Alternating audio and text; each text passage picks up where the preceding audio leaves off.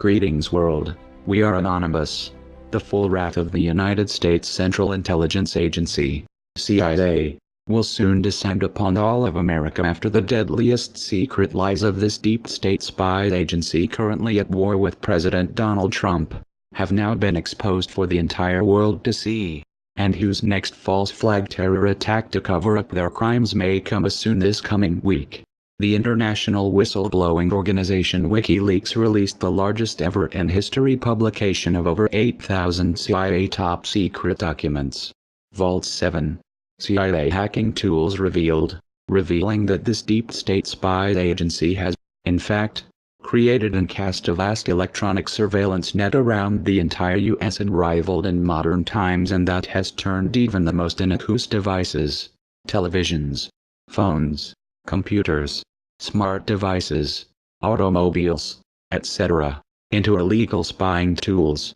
Prior to the release by WikiLeaks of these CIA top-secret documents, this organization's leader, Julian Assange, on the 3rd of March, emailed to President Trump's National Security Council, NSC, the encrypted key to unlock Vault 7 where these over 8,000 documents were stored, and that caused Trump to explode in anger less than 24 hours later and accuse former President Barack Obama of illegally having him placed under surveillance.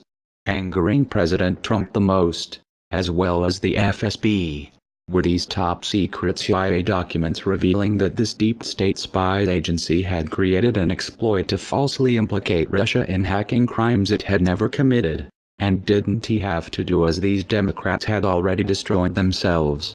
The CIA's creation of this exploit designed to blame Russia for hacking crimes, was co-created by Google engineers who had, at least, 427 meetings at the White House over the course of Obama's presidency, and that in its final development stage was given to a cybersecurity technology company named CrowdStrike that Google Capital had invested $100 million in. As to what CrowdStrike did with this CIA Google exploit, one must remember that during last year's U.S. presidential election, WikiLeaks released what are now called the POTUS emails that roiled the Hillary Clinton campaign due to its many shocking revelations of high crimes and corruption within not only Clinton's campaign, but, also, the entire Democratic Party, DNC.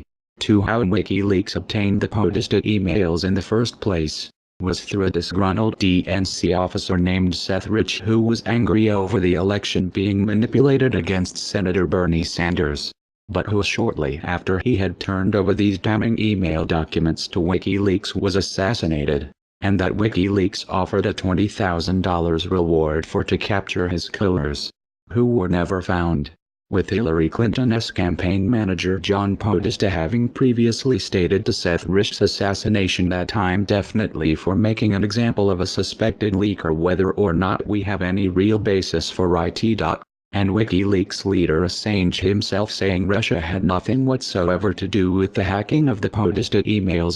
There was no doubt within the FSB that this DNC leaker had been killed by Clinton and /or Obama forces for his leaking of these damaging documents.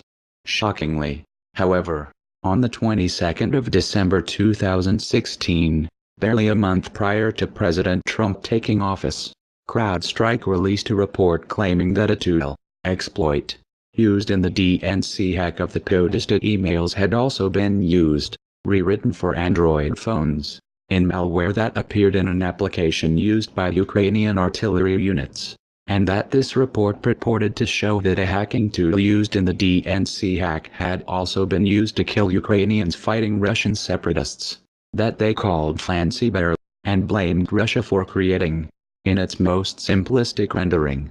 What CrowdStrike was claiming was that Russian military intelligence created the Fancy Bear exploit to put on the Android phones of Ukrainian artillery soldiers so that when they used them they could be targeted and killed, and that was also found on the DNC computer hack, with the major problem to this outrageous claim being that it wasn't true, and that Ukraine's Ministry of Defense told the world about too. When American computer experts began investigating this incredible CrowdStrike claim that Russia created the Fancy Bear exploit, They noted that this Google-funded cybersecurity company was apparently doing this work for free! ! Didn't he bother to talk to the creator of the Android software? And, at its most basic, created a nearly entirely make-believe report designed to fit a narrative and timeline wished for by the Obama regime. Even more critical to note was that neither CrowdStrike nor the DNC would allow counterintelligence computer experts from the Federal Bureau of Investigation, FBI, to even see the servers to confirm that his fancy bear exploit even existed. But even as this fake news CrowdStrike report blaming Russia for the hacking of the DNC was proved false within hours of its being released, the Obama regime, nevertheless, quickly followed it with an even more fatally flawed fake news report that, in essence, was described as, it merely listed every threat group ever reported on by a commercial cybersecurity company that is suspected of being Russian-made and lumped them under the heading of Russian intelligence services. RIS, without providing any supporting evidence that such a connection exists. One would logically think that with two highly flawed Obama regime Russian hacking reports being completely discredited, this witch-hunting expedition would end. But one would be wrong in believing such a thing as, instead, the US propaganda mainstream media have been using these two fake news reports to bludgeon the reputation of President Trump, while, and as always, telling the American people what to think.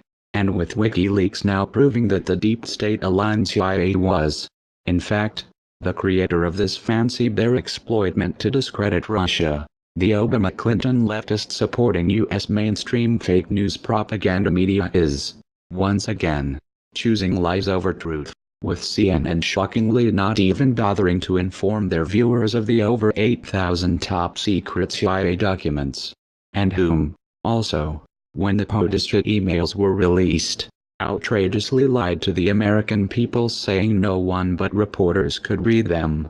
We are anonymous. We are legion. We do not forgive. We do not forget. Expect us. It is being called another catastrophic breach for the U.S. intelligence community at the hands of WikiLeaks tonight. Thousands of documents and files on how the CIA uses cyberspace to spy on the bad guys and maybe even some of the good guys, too, using the Internet of Things and devices in homes around the world. It has the intelligence community on a hunt for the leaker of sensitive tradecraft and detailed computer code. Correspondent Benjamin Hall in London tonight with a story that continues to develop at this hour. The CIA can hack our televisions. This just one of the many revelations breaking from a new WikiLeaks dump of thousands of apparent CIA secrets. Fugitive Julian Assange and his secret spilling organization has posted over 8,000 documents online, which they claim show how government spies can penetrate, infest and control phones, computers, even self-driving cars. Experts say exposing tradecraft like this is a major blow. When you lose this capability, which you will when your adversaries discover what you're doing, it's a real compromise and it's really damaging. The CIA's Center for Cyber Intelligence is based in Langley. WikiLeaks say the documents were obtained from a, quote, isolated high-security network at the facility. The trove, bearing names such as Assassin and Medusa, had been circulated among former US government hackers and contractors, one of whom, quote, recently gave the archive to WikiLeaks. Among the disclosures, that some CIA hacking methods could be made to appear as if the hacks were perpetrated by other countries, including, as named in the documents, Russia. Apple was also supposedly targeted, amid claims the CIA has an entire division devoted to hacking Apple products, as well as the ability to bypass encrypted messages. A reminder that it took the government months to finally get into the San Bernardino shooter's iPhone. If this intel is legit, and analysts believe it is, it would be another hit to the US intelligence community.